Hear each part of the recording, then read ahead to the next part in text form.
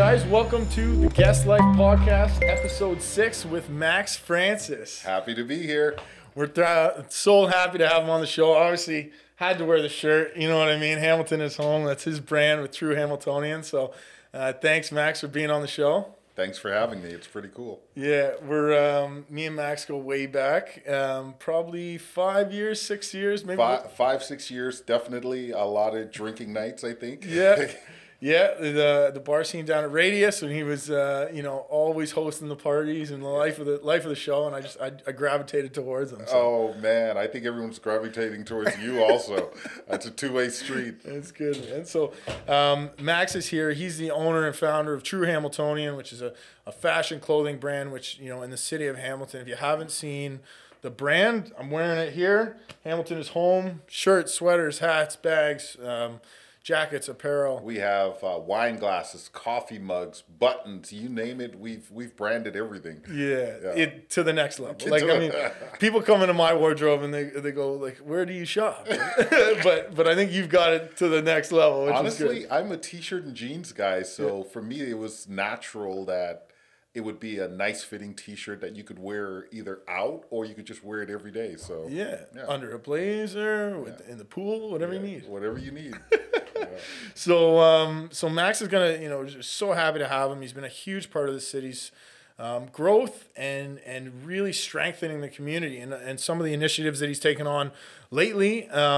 He's going to talk about today, and we're just so happy to have him on the show. So thanks everybody for tuning in, and we've really taken it to the next step of the show, and we're really kind of grabbing a lot of people in the city and just understanding that you're not alone right now. We're currently going through the pandemic with COVID-19, and no one better to have on the show right now than the True Hamiltonian himself. So we're going to talk a little about him, his past, his future, and and the community. All the good stuff. So we'll bring it back to day one, Max. Okay. Tell us a little bit about how it got started. Tell the people that don't know you a little bit about yourself. All right, let's start with the number one misconception that I hear all the time is that I'm from Toronto. Yeah. I am not from Toronto. I have never lived in Toronto in any way, shape, or form. I'm actually from Fort Lauderdale, Florida. All right. So if you're gonna get my origins wrong, at least get it right. It was I think 8 years ago. I was working for an engineering company called Adotech Canada, and in my spare time, I was doing a lot of acting. So I was going to auditions. I was doing movie roles, TV shows, commercials, stuff like that. But all the auditions were in Toronto. So maybe that's where the misconception happened. So I would go to Toronto for auditions. Yep. And every time I go to Toronto, you'd run into other actors and they'd be like, "Where do you live? Where are you from?" I'd say Hamilton. And every single time they'd go, "Why would you live there?" Like, "Oh, why?" So I remember coming home and talking to my girl at the time, and I was like, "You know what? I'm gonna get a shirt that says I love Hamilton and wear it every single time I go to Toronto." And that's how this whole thing got started. There we go. Yeah. So it was a lot of people having a negative image of Hamilton, and I wanted to challenge that image. Yeah. Yeah. Well, I think anybody that's been in that same situation can attest for it, whether it's been university. Yeah. For me, definitely being in Toronto, or for us plumbers, when we're doing work in Toronto, everyone asks, "Oh, where's your office?" And being from Hamilton, we say it proud now. So, so tell us a little bit about how it went from I just want to make a shirt to an extensive business, a community leader. Tell us more about that. When I started, what I did was I designed, I think it was 8 different shirts with 8 different sayings, but they all had to do with Hamilton. So I only had one of each shirt, so I would wear a different shirt every day. And whenever I would wear the one that said Hamilton is home, people would literally stop me and be like, "Where did you get that shirt? Where can I get one?" And I was so excited about it that I would be like, "Give me your name and number. I'll make one and give it to you." Yeah. So I was doing that for months. I was literally making shirts and giving it away for free. Yeah. And then people started telling other people, or other people saw it. And it got to the point where I'm like, I can't afford to keep giving these shirts away. I'm going to go broke. So then I made like a batch of, I think, 50 or 100 shirts. And we signed up for a street fest. I think it was the Concession Street Fest. Yeah. And we went out there with 100 shirts and we sold all of them freaking that morning. Boom, gone. Really? So I was like, holy cow, like this is a thing. Yeah. So from there, I started signing up for art crawls. I started signing up for festivals at Gage Park. Every festival around Hamilton, I would sign up, set up a table, put the shirts on and just sell them there. That was my little part-time gig. And after 2 years of doing that, my phone was ringing non-stop with people calling me looking for these shirts. And I had a full-time job and I was trying to be an actor and I had a family. So I was like, holy cow, I can't do all of it. I have to make a decision. So I talked to all my family and my friends. I was like, hey, listen, I'm thinking about quitting my job and doing this. And they're like, you want to quit your job at an engineering company to sell t-shirts? They're like, you crazy, man, don't do it, don't do it, don't do it. Everybody, literally everybody was like, don't do it.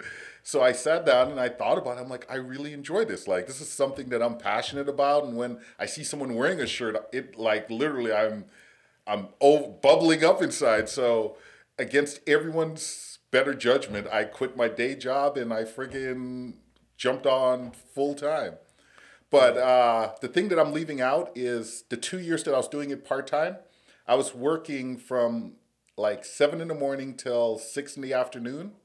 I would get home and all the people that left messages on my phone, I would literally package up all those shirts that they wanted, and I would hand deliver all those shirts from 6 o'clock until 11 or 12 at night, all across Hamilton. I remember when you brought me mine. Yeah, so you can imagine some big black guy showing up at your door, backpack. banging on your door with a backpack at 11 o'clock at night. Hey. I got that shirt you wanted. The funny part about that story is a lot of my friends are bartenders or DJs or bouncers. So they would be working at bars and they'd be like, hey, can you drop one off while I'm working? Sure, no problem. So I'd show up with a bag, give it to them, they'd give me money. And half the time people would chase me out the bar. Hey, you got any green or white stuff I can buy off you? I'm like, I'm not a drug dealer. You should check on his shirt though, man. I'm literally selling t-shirts. Yeah. But that's a misconception for sure. Yeah, that's how it all got started. And and I just kept doubling down. Every time we would make money from doing this, I would take that money and reinvest it back into the business. Wow. So I'd either order new products or I would order fixtures for the store. I would open a new location. So it just kept taking that money and putting it back into the business. For me, it was like Monopoly. How big can we get? Like, I want to win this game. What do I have to do to win this game? So at no point was I thinking, okay, put the money away. Once we have enough money, we're going to buy a house in Ancaster or we're going to buy a Mercedes. Or I was never thinking like that. I was just like, how big can we make this? Like, what do I have to do to make it bigger? Yeah. So my mentality for that was just totally different. I love that. And then just to give everybody a little bit of context, is like literally met Max, 4 or 5 years ago with a backpack. Dropped me off my black Hamilton his own tees. They don't fit anymore because I put on a little bit of weight, but that's why I got the white one on today. Hey, the COVID-15, it's a real thing. I'm using that to my advantage these days. But, one of the things that really blew me away was when, you started getting a lot more busy and a lot more traction. And I started seeing you everywhere. Yeah. So for the viewers, like context now, I don't want to brag for you, but like, where are your stores located? Like, how many stores? Actually, we went through a major transition last year where we downsized. Last year was a big down year for us, so we ended up leaving Lime Ridge, which is a permanent store. It was like a pop-up shop type deal. Our location on Main Street, our lease was up, so we moved into Jackson Square. Awesome. And then our lease was up in Jackson, and in December, I had to decide whether to sign a new lease or move in a different direction. And I love Jackson Square. First of all, that's hands down one of my favorite malls. Like, you can go in and get whatever you need. But I didn't feel like I was getting the traffic I needed for what I did. Yeah. So we decided not to stay in Jackson. We wanted to go back to having a storefront on a street with parking, all that good stuff. So we've partnered with Shop Local Perks, and we're opening. Awesome. Actually, this is the first time I'm ever mentioning it ever. Okay. So this is an exclusive. All right. We are opening the True Hamiltonian Trade-In Center at 283 Main Street West. Come on. Partnered with Shop Local Perks. Amazing. Yeah. Tell us about that, if you're allowed. So, this is what we're going post-COVID. So Okay. Awesome. It's not happening yet. So don't run over there yet. It's not happening yet. So the whole idea behind the Trade-In Center is we have sold so many of these Hamilton is Home shirts that a lot of people think, okay, I've got a shirt, I don't need another one. But your shirt's now 4, 5, 6, 7, 8 years old. It's a little beaten up, it's a little worn. Yeah. So the Trade-In Center is simple. You bring in your old shirt, trade it in, you get a brand new one for half price. Perfect. Yeah. And then we're going to take all the old shirts, we're going to launder them, and we're going to donate them to a local company that's going to turn them into masks. Oh, man. Yeah. That's amazing. So great initiative. Yeah. Forward thinking. Yeah. Community based. Yeah. So everyone kept saying that. What are you going to do when everyone has a shirt? I'm like, well, everyone doesn't have a shirt, first off, but most of the people that want a shirt have one. Now we're going to get them a brand new shirt. Oh, man. I mean, are you allowed to switch sizes? yeah, you absolutely can. Yeah, we want to, honestly, that's the number one thing I find with retail.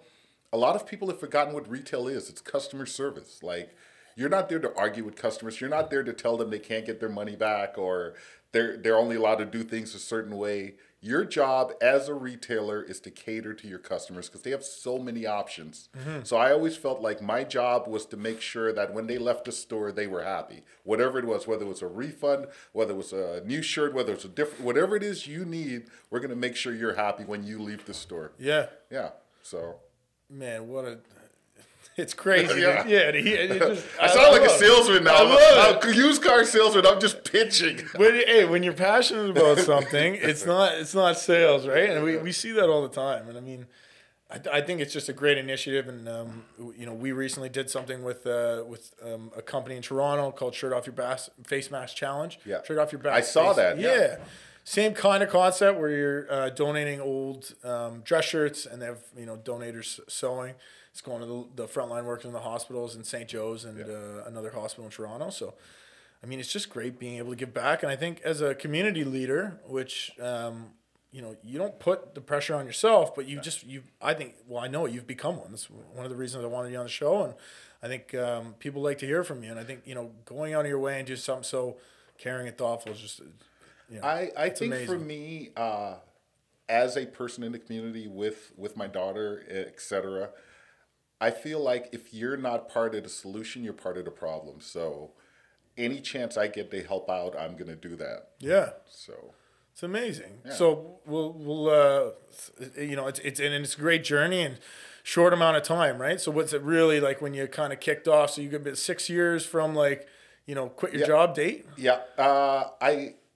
A lot of people think it's luck. I don't think it's so much luck. Yeah, I think we throw luck out the window. I think what happens is whenever you talk to any actor or musician, they always say when preparation meets opportunity. Yeah. So if you are prepared for it and that opportunity arises, then that turns into luck. Yeah. So I think what happened with me is I had already decided I wanted a family-friendly brand because I had a young daughter.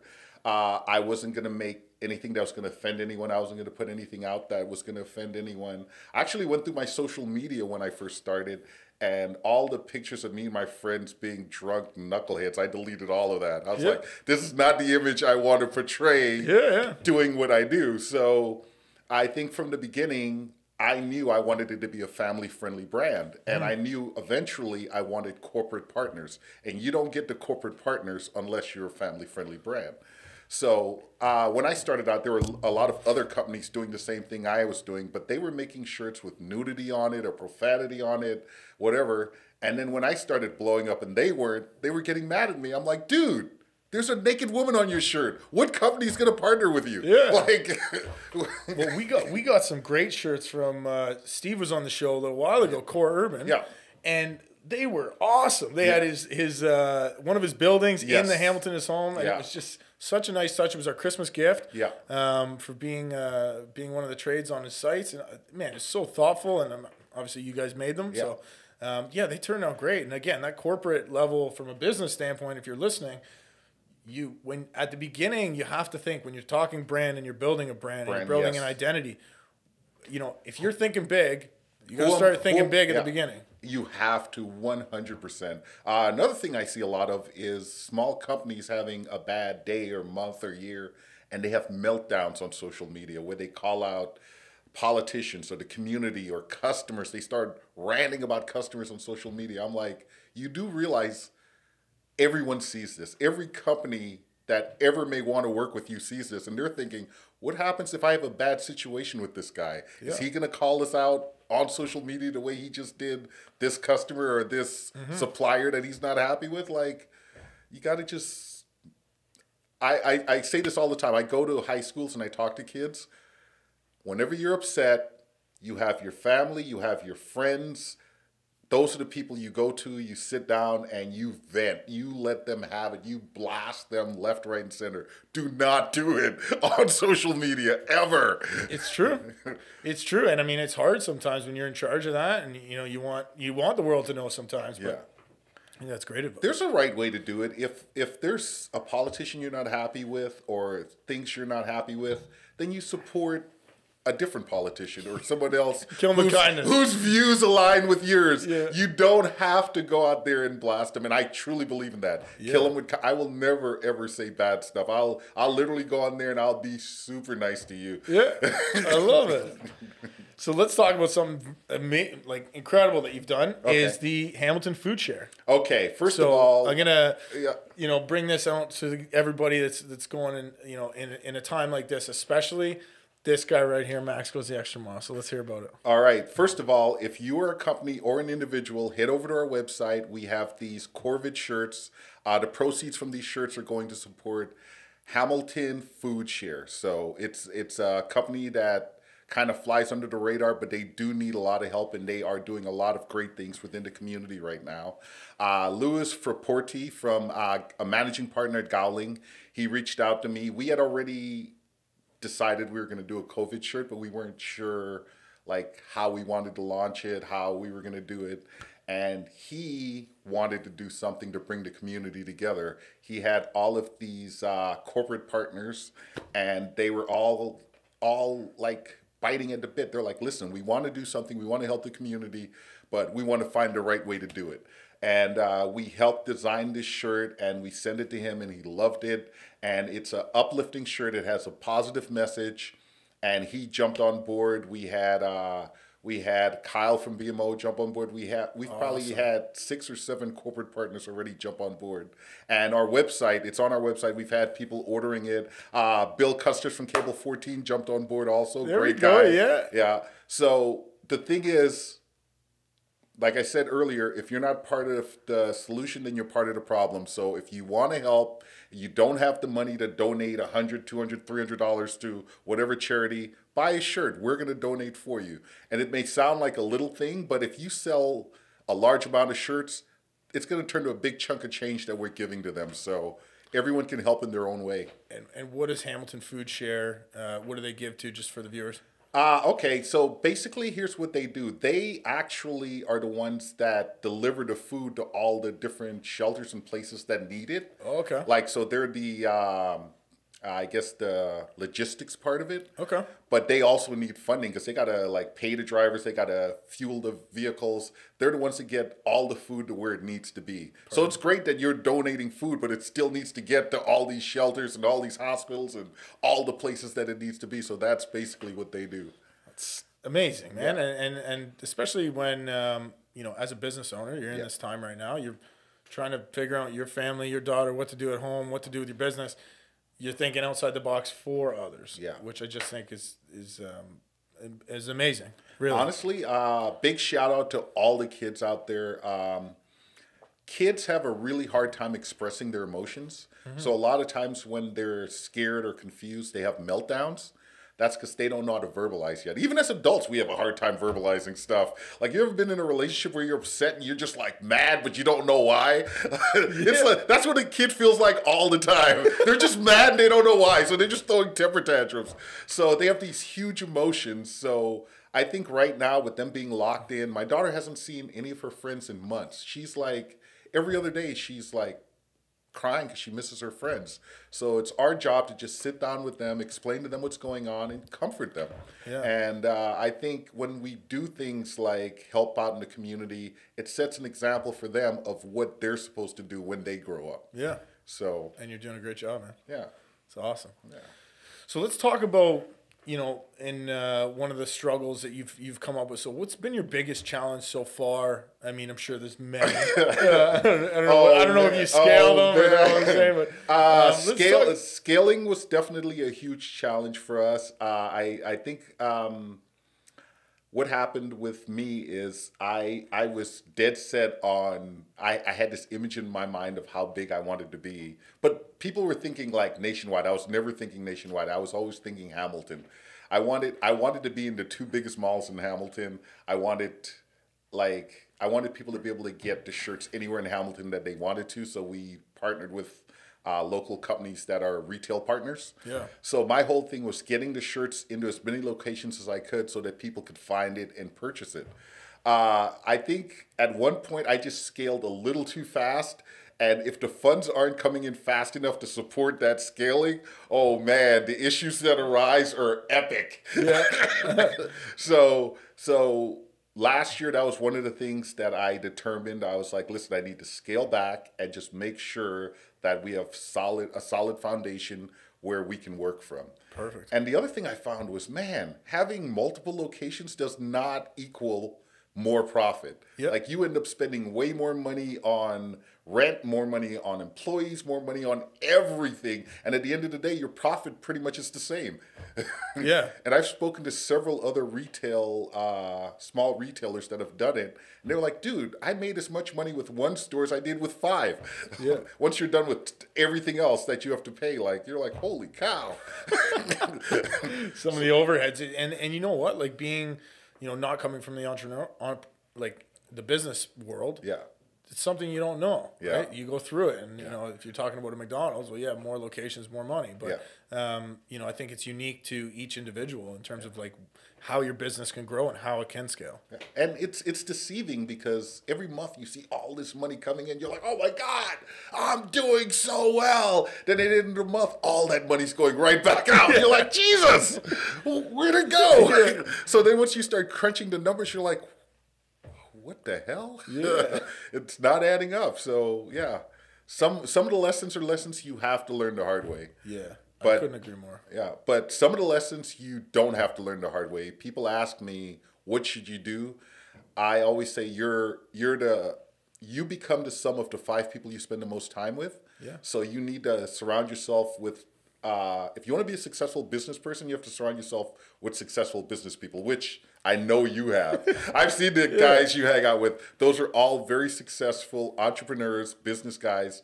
And whenever you have a question, they've already been through it. Mm-hmm. So they have the answers. They can give you solid advice. And it's never about asking them for money. That's never what it's about. It's about getting into situations that you've never been in before, but they have. Yeah. And they're like, dude, that happened to me last year. Here's what I did. And you don't have to follow their advice, but at least they're giving you like a template of what you could do. Yeah. So for me, I have 5 guys that have been through all the stuff I'm going through. And every time I have an issue, like my buddy Conrad, he's like, dude, that happened to me 5 years ago. Here's what we did. I'm like, oh, thank God. Yeah. Or if I have an issue with an employee, I tell him, he's like, oh man, I had 3 employees that did the same thing. Here's what I did. Like, yeah. And it puts it in perspective for you. Yeah. And for me, it's happened so much. Like with this pandemic, we've had to lay people off. I've never had to do that. Yeah. It was a very challenging thing for us to do. And, I felt a little bit like a failure and, I can't provide and I should have been prepared and I should have had more cash in the bank. Right. And been ready for this. But, and then when you speak with people, they reassure you and they even when you do make a mistake, right? It's okay. Yeah. It's business. You're not perfect. No, we're human. We're not gods. We can't foresee everything that's going to happen. I've even had people actually ask me, they're like, dude, did you know this was going to happen because you closed all the stores right before this? I'm like, no, I had no clue. I just knew I needed to like scale back and refocus. And this happened at the exact time when that happened. So it coincided. But I think the key is to listen to your inner gut. Your gut's going to tell you what you need to do. The problem is our ego gets in the way. If my ego had gotten in the way and I'd been like, screw that, I need 3 stores, I need to be the man, then I would be screwed right now. But I was like, no, this is what needs to happen. And it's probably a really hard decision. It's super hard decision. I remember when we closed Lime Ridge, all the people that worked for me having to tell them that we were closing the store. And man, I did. I felt horrible. I felt like these people are going to hate me forever now. Like, so, but it's something you have to do, right? Like, what am I going to do? Go bankrupt to make sure you like me? Like, well, business decision and relationship decisions. And I mean, they don't have to be different. Yeah. No, absolutely. So just going back to, one of the things that you said earlier was, you told your family and friends about leaving your job and going into it. I love that because I did the same. And I think sometimes it can be misconstrued. So I've talked to enough people now and I've gotten enough of their stories. And one of the things was, if you tell 10 people, if you're an entrepreneur, if you're a true entrepreneur and you have an idea and you have that gut feeling and you're like, you're telling everybody because you want everyone's opinion, but you're going to do it. Do it anyway, yeah. It doesn't really matter. It doesn't matter. So I say, if you got that feeling and you got that tickle, you got that gut feeling, tell those 10 people, and if they all say you're wrong, you're right. Honestly, it's like dating. There's always that one girl everyone tells you not to date. You're gonna date her anyway. Exactly. So you're just trying to find confirmation. It just never comes. So I think with me, my family they just didn't want me to fail. So they wanted to watch out for me. My friends were the same way. They were like, just keep your day job and do this on the side. I'm like, I've already been doing it on the side. But in order to get to where I need to be, I need to give it my full focus. And I knew I was going to do it. I just wanted someone to reaffirm, and no one would. No one would. No one would. Because no one would. Jesus. And I even had friends tell me, dude, you're going to be out of business in 2 years. There's no way this lasts longer than 2 years. And then the guys I used to work with, they were like, oh, you'll be back. You'll be back begging for your job. I was like, all right. I got, and a lot of the entrepreneurs will say the same thing. I got that as well. Like, I mean, I did get a lot of good support once I kind of made the switch. But I think that initial push, like, no one's willing to do that because then it's on them too, right? Or maybe they feel that way. So I think with a lot of people, they have a family, they have a mortgage, they have all these responsibilities. They're terrified of making that leap. Like, it's scary. It's like you don't know where your next paycheck is coming from. It's all on you.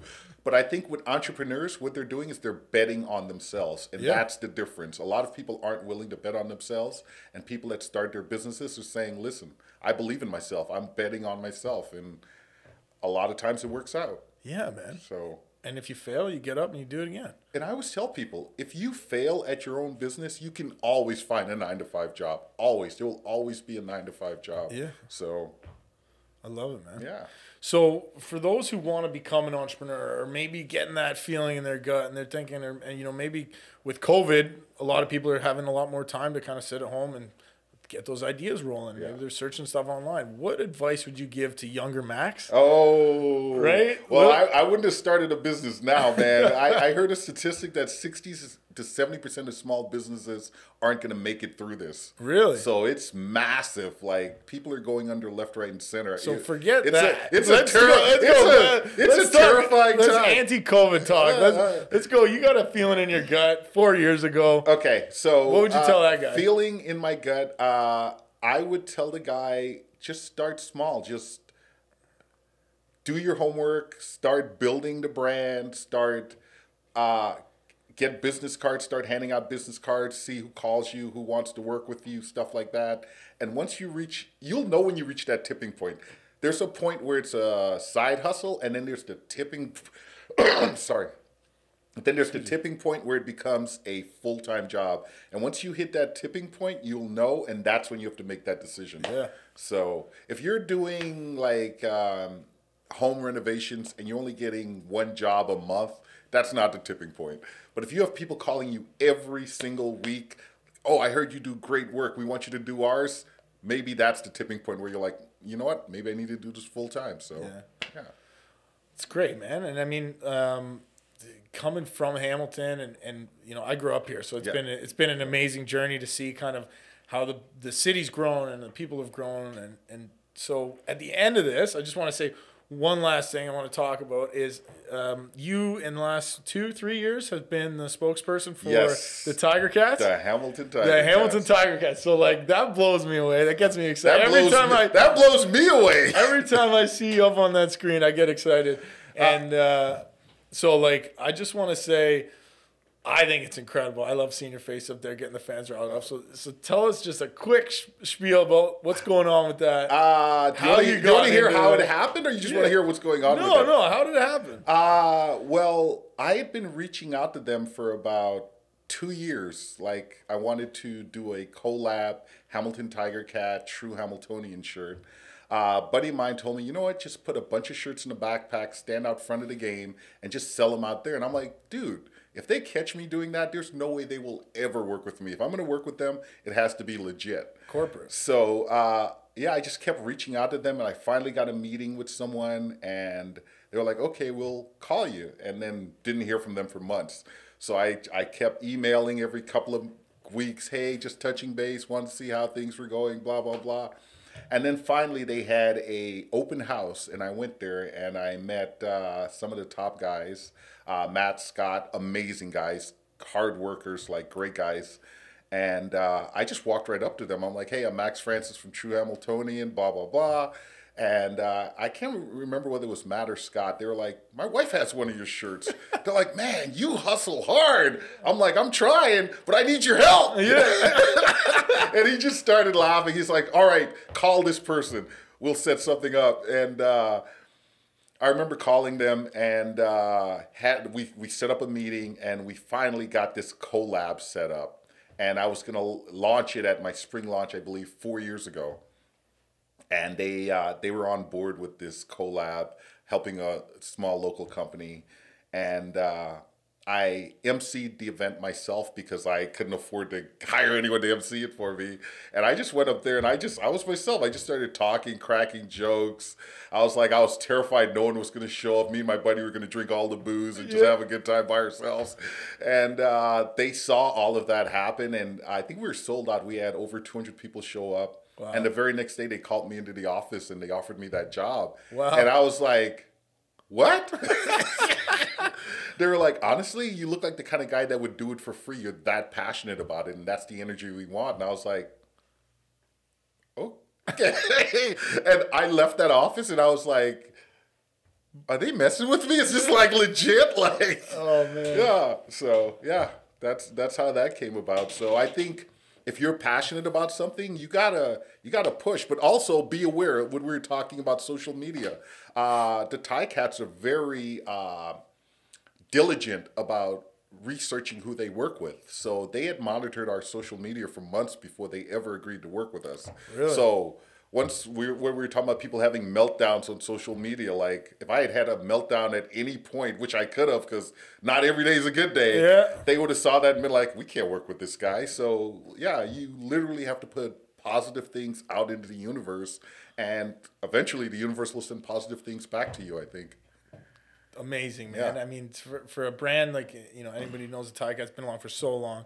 I go to the games now and I see Max up on the big screen. I get all excited, I get tickled, and he's got the shirts that are connecting it all. But I mean, as an entrepreneur, like I think you really excel. You showcase so many different skills, so many different talents. Like taking the acting into the speaking, and now you're face of the Tiger Cats. And I think it's just the acting helped with the Tie Cat stuff because when you walk into a room with 100 people and they tell you to do something and they're all staring at you, you don't have time to think about it or be nervous or freeze up. You just got to perform. So once you get put in that situation, when that transitioned easily to the Tie Cat job where they stick you in front of a stadium full of people and they're like, go. Like, you can't be like, there's no script. So, yeah. So I think it all ties in together. Like all the stuff you do that you may not get paid for, those skills will eventually translate into the stuff you want to do later on. So if there's something you're passionate about, do it whether you're getting paid or not. That's one thing I can't stand. People that won't do stuff unless they're getting paid. That drives me absolutely mental. Yeah. Yeah. Dude, do it. Do it for free. If you want to do public speaking, do it for free. If you want to MC or DJ, do it for free. If you're good enough, you'll get paid. The money will always come. Couldn't say it better, man. Yeah. Love it. Yeah. Well, guys, this has been a fantastic episode. We got Max Francis from True Hamiltonian. All his tags, all his stuff will be on social media. The link will be in his bio for the Hamilton Food Share campaign as well. So we want to thank Max for coming on, and we want to talk to the viewers and say, remember, why not me? Why not now? So if you're sitting at home during this pandemic and you're thinking about starting something, reach out to someone, talk to them, brainstorm, come up with an idea. So thank you so much, Max. Thanks for having me, Dan. This was awesome. Okay, man. You guys need to see this office. It is woo!